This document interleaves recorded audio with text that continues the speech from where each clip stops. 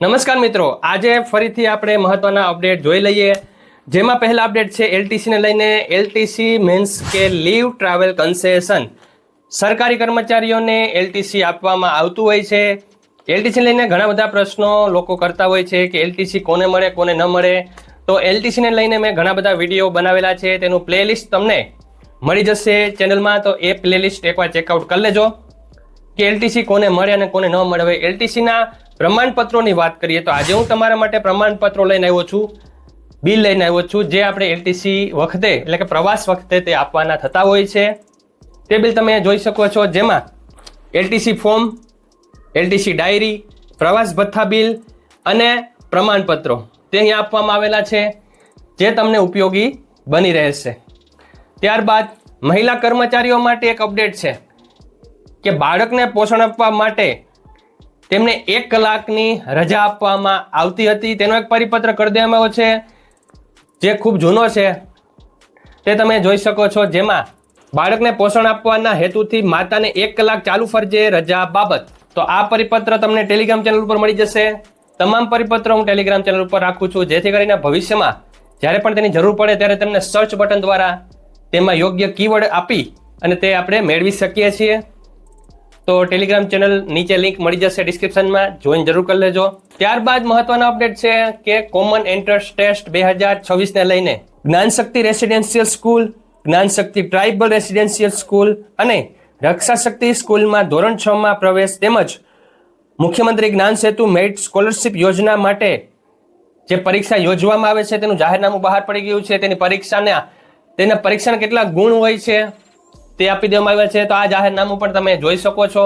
આ તમામ વિદ્યાર્થી અને શિક્ષકો માટે ખૂબ જ ઉપયોગી બની રહેશે. ત્યારબાદ દરેક શાળામાં હોય છે શાળા વ્યવસ્થાપન સમિતિ. તો શાળા વ્યવસ્થાપન સમિતિ છે તેને લઈને એક મહત્વના અપડેટ સામે આવ્યા છે, જેમાં સમિતિના કર્તવ્યો, જવાબદારી અને ફરજોમાં ફેરફાર કરવાના હેતુથી સ્થાનિક સમુદાય પાસે સૂચનો માંગવામાં આવેલા છે અને તે ઉદાહરણ સ્વરૂપે પત્રક એમાં આપવામાં આવેલા સૂચનો છે. તો આ મુજબ આપણે સૂચનો માંગી શકીએ છીએ અને તે 45 દિવસમાં તેમને પ્રત્યુત્તર આપવા જણાવવામાં આવેલું છે.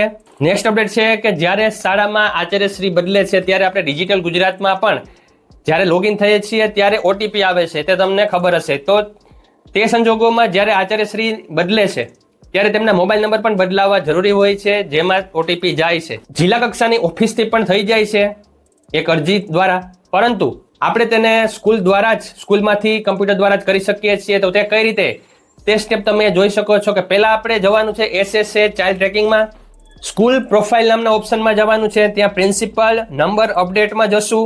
ત્યાં જે આપણે આચાર્યશ્રીના નામ અને નંબર અપડેટ કરવાના છે. અપડેટ કર્યા બાદ આપણે ડિજિટલ ગુજરાત નામની વેબસાઇટમાં આવશું અને ત્યાં હેલ્પ ડેસ્કમાં એટલે કે હેલ્પ નામના મેનુમાં તમને પ્રિન્સિપલ નંબર અપડેટ જોવા મળશે. ત્યાં તમે જોઈ શકો છો કે SSAમાં જે આપણે પ્રિન્સિપલ નંબર અને નામ અપડેટ કરેલા છે તે ત્યાં જોવા મળશે. બસ આપણે ડન આપી દેવાનું, સેવ આપી દેવાનું છે, એટલે આપણા જે આચાર્યશ્રી છે તેમના મોબાઈલ નંબર અને નામ અપડેટ થઈ જશે અને તેમના હવેથી તે નવા પ્રિન્સિપાલ જે બન્યા છે તેના મોબાઈલમાં ઓટીપી આવશે. તો આ ઝડપથી આપણે કરી શકીએ છીએ થોડીક જ મિનિટોમાં. તો આ એક અપડેટ હતા. ત્યારબાદ લાસ્ટ અપડેટ છે કે પેન્શન પુસ્તિકાને લઈને. હા મિત્રો, નાણાં વિભાગના ઠરાવ ક્રમાંક સાથેની આ પેન્શન પુસ્તિકા આપવામાં આવેલી છે, જે નાણાં વિભાગ, હિસાબ અને તિજોરી નિયામકશ્રીની કચેરી દ્વારા પેન્શનરોને પેન્શન મેળવવા અંગે માહિતી અને સમજણ આપતી 2023ની પુસ્તિકા છે. તો આ PDF સ્વરૂપે તમને તમામ અપડેટ્સ છે તે ટેલિગ્રામ ચેનલ ઉપર મળી જશે, જેમાં 1700થી વધારે શિક્ષકો જોડાયેલા છે. તમે પણ જોડાવ.